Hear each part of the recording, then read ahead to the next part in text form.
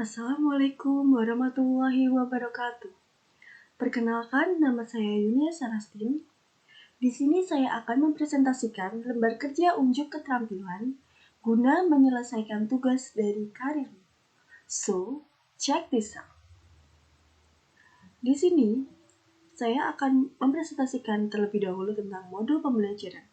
Modul pembelajaran yang saya pilih adalah bahasa Inggris sesuai dengan jurusan saya pada saat sarjana. Kemudian saya memilih topik Toys and Games. Toys and Games ini dikhususkan untuk kelas 4 SD. Kemudian yang kedua, tujuan pembelajaran. Di sini ada 3 tujuan pembelajaran. Yang pertama, siswa dapat mengetahui vocabulary Toys and Games. Dan yang kedua, siswa dapat mengetahui penggunaan simple present tense dalam vocabulary Toys and Games. Dan yang ketiga, siswa dapat mengetahui penggunaan dan perbedaan like and dislike dalam vocabulary Toys and Games. Lalu, kompetisi dari tujuan tersebut adalah yang pertama, siswa dapat mengetahui vocabulary Toys and Games itu memiliki kompetensi yaitu mengetahui dan memahami. Kemudian yang kedua, tujuannya siswa dapat mengetahui penggunaan simple present tense dalam vocabulary Toys and Games mengandung kompetensi 2 yaitu mengetahui dan menerapkan. Kemudian yang ketiga, siswa dapat mengetahui penggunaan dan perbedaan like and dislike dalam vocabulary Toys and Games. Itu juga mengandung 2 kompetensi yaitu mengetahui dan menerapkan. Kemudian berpindah ke profil murid. Di sini saya membuat profil murid dengan modul pembelajaran yang dapat diikuti oleh peserta yang duduk pada jenjang SD kelas 4 yang sudah mengikuti mata pelajaran bahasa Inggris. Ada beberapa karakteristik pada siswa tersebut. Yang pertama, secara kognitif sudah dapat membayangkan hal abstrak, seperti apakah nanti pembelajaran bahasa Inggris ini akan bermanfaat untuk kedepannya atau untuk dalam kehidupan sehari-hari. Yang kedua, secara kognitif sudah dapat mengembangkan keterampilan bahasa lisan, memperoleh kosakata baru dan struktur kalimat, sehingga siswa bisa dengan lancar menghafal suatu kosakata baru tersebut. Dan dengan kosakata baru tersebut, siswa dapat membuat kalimat dalam bahasa Inggris untuk kehidupan sehari-harinya. Kemudian yang ketiga, secara kognitif telah memahami konsep ruang, waktu, dan dimensi, sehingga siswa dapat mengetahui kapan saja bahasa Inggris ini akan mereka gunakan untuk nantinya akan untuk pendidikan atau untuk berbicara, having conversation with native mungkin seperti itu. Kemudian secara kognitif dapat belajar membaca, menulis, dan dapat mengucapkan kata-kata sederhana. Siswa dapat merangkai kalimat dalam bahasa Inggris. Kemudian secara kognitif mulai beralasan dan berdebat. Siswa dapat bertanya, menyanggah, berpikir kritis, dan memberi pendapat. Jadi dengan pembelajaran bahasa Inggris tersebut, siswa akan bisa beralasan dan berpendapat, berdebat dengan temannya. Apakah mereka jawab ini itu betul atau enggak, jadi perlu didebat, perlu mengutarakan pendapat juga. Kemudian secara biologis, anak-anak bisa bertubuh tinggi, bertubuh pendek, berbadan gemuk, berbadan kurus, dan yang terakhir secara sosio-emosional sudah dapat mengontrol emosi. Jadi, sebagian siswa atau secara keseluruhan, siswa sedang dalam kondisi jenuh dan bosan, tapi mereka bisa mengontrol emosi mereka sehingga secara garis besar siswa dapat mengontrol emosi mereka masing-masing. Yang kemudian kita memasuki bukti dan asesmen pembelajaran. Yang pertama, aktivitas pembelajaran sesuai dengan alur pembelajaran yang ingin dilakukan, yaitu yang pertama memberikan instruksi kepada murid untuk mempelajari vocabulary Toys and Games melalui flashcard dengan mengirim melalui WhatsApp group. Kemudian bentuk evaluasinya adalah dengan mempelajari kosakata baru. Jadi, guru melakukan aktivitas pembelajaran ini dengan mengirim link flashcard ke WhatsApp group tentang Toys and Games, kemudian siswa mempelajari vocabulary tersebut. Kemudian yang kedua, Siswa diberikan kuis tentang vocabulary, toys, and games dan berdiskusi bersama.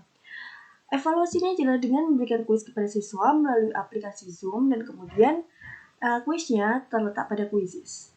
Yang ketiga, memberikan instruksi kepada murid untuk menonton video tentang simple present tense dengan mengirim melalui WhatsApp group.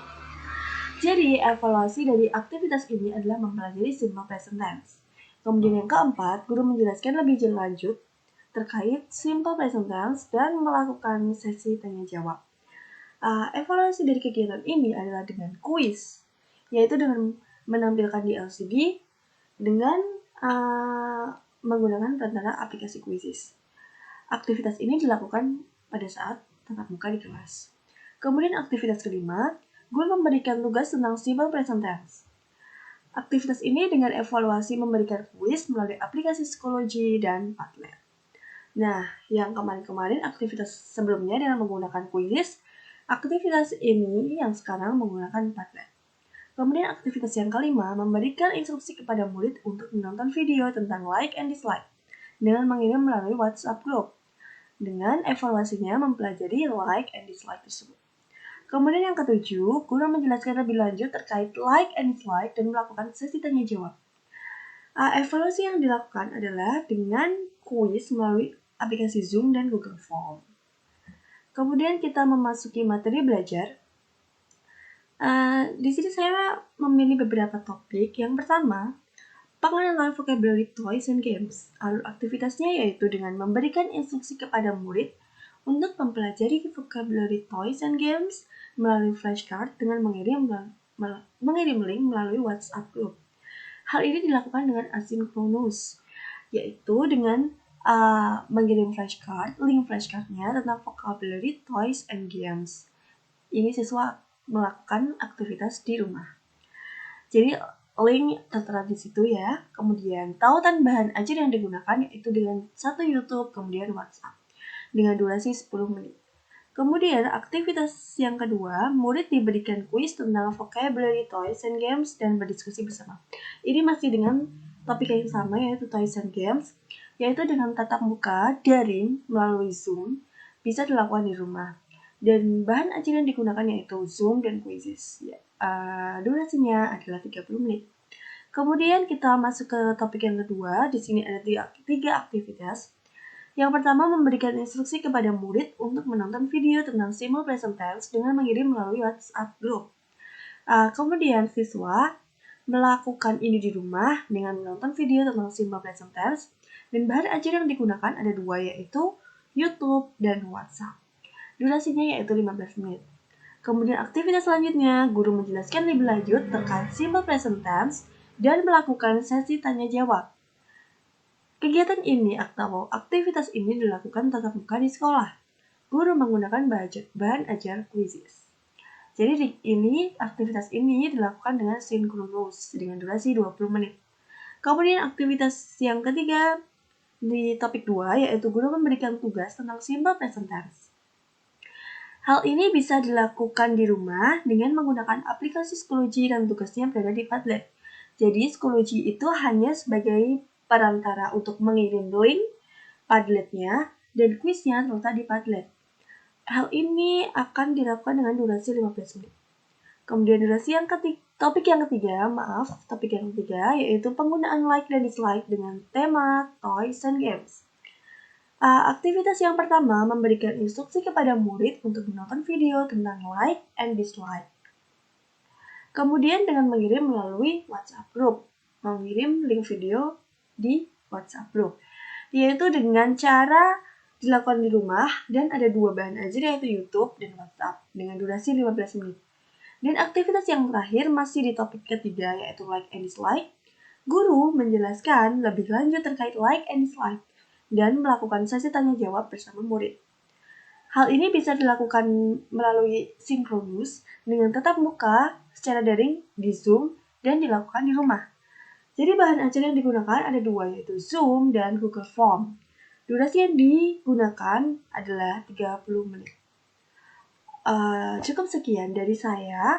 Cukup sekian dalam mempresentasikan tugas dari saya untuk menyelesaikan karirmu. Semoga bermanfaat dan bisa memberikan berkah bagi semua. Terima kasih.